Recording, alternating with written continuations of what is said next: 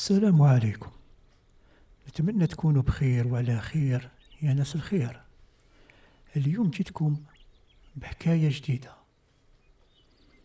حكاية لونجا بنت الغولة. كان يا مكان في قديم الزمان، في غابة بعيدة، كانت تعيش غولة كبيرة مع بنتها الجميلة اللي هو اسمها لونجا. الغولة كانت تخوف كل الناس اللي يقربوا من المنطقة ديالها، لكن بنتها لونجا كانت مختلفة تماما. لونجا كانت طيبة وجميلة ومشهورة بشعرها الطويل اللي يشبه خيوط الذهب.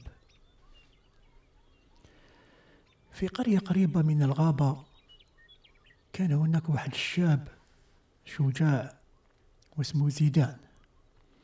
زيدان كان معروف بالشجاعة ديالو وحبه للمغامرات، لكن كان دايما يسمع عن لونجا بنت الغولة والجمال ديالها. رغم خوف الناس من الغولة، زيدان قرر يروح للغابة باش يشوف لونجا بنفسه. في نهار من النهارات زيدان وصل للغابة وشاف قصر الغولة. القصر كان كبير ومرصع بالجواهر، لكن كان محاط بالشجر العالي والفخاخ اللي تحميه. زيدان قدر يتسلل بصعوبة، وبالفعل شاف لونجا جالسة في الحديقة. كي شافها حبها من أول نظرة، لكن عرف باللي ما يقدرش يقرب ليها بسهولة.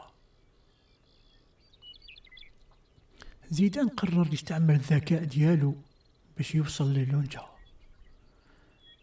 صبر حتى لليل وصنع آلة موسيقية، بدا يعزف بها موسيقى حزينة تحت الطاقة تاع لونجا. سمعت لونجا الموسيقى وتأثرت، خرجت من الطاقة وقالت: يا غريب، منين انت وعلاش جاي للغابة؟ زيدان جاوبها: جيت باش نشوفك يا لونجا، سمعت بزاف عن جمالك وحلاوة قلبك. لونجا فرحت بكلامه وقالت له: إذا شفتك يما الغولة راح تاكلك، لازم تلقى طريقة باش تخلصني من هاد الحبس.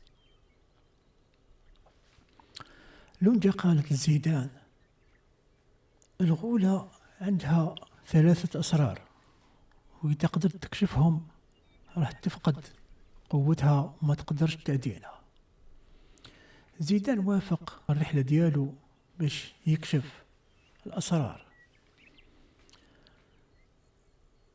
بعد ما دار ودار ودار ودار، الأسرار ال3 هادو ما صابهم.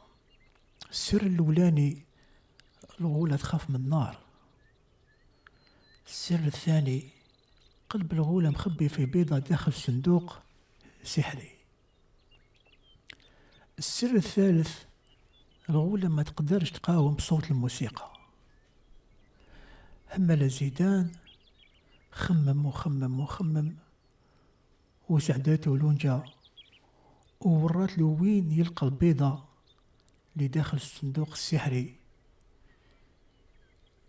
اللي هو كان داخل الكهف. حوس عليه ولقاه. زيدان استعمل البيضة اللي في قلب الغولة باش يهددها. واش قالها؟ قالها: إلا ما خليتي لونجا تمشي معايا راح نحطم لك قلبك. الغولة وهي خايفة على حياتها وافقت.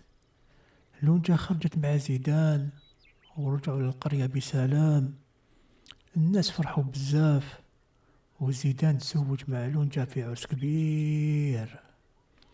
أما الغولة بعد ما فقدت قوتها رجعت تعيش وحدها في الغابة وما عادش تهدي الناس.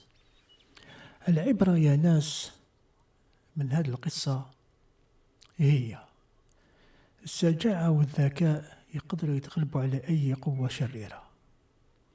الحب الحقيقي يعطينا القوة لمواجهة أصعب التحديات. الشر ما يدومش، والخير ديما ينتصر في النهاية. السلام عليكم.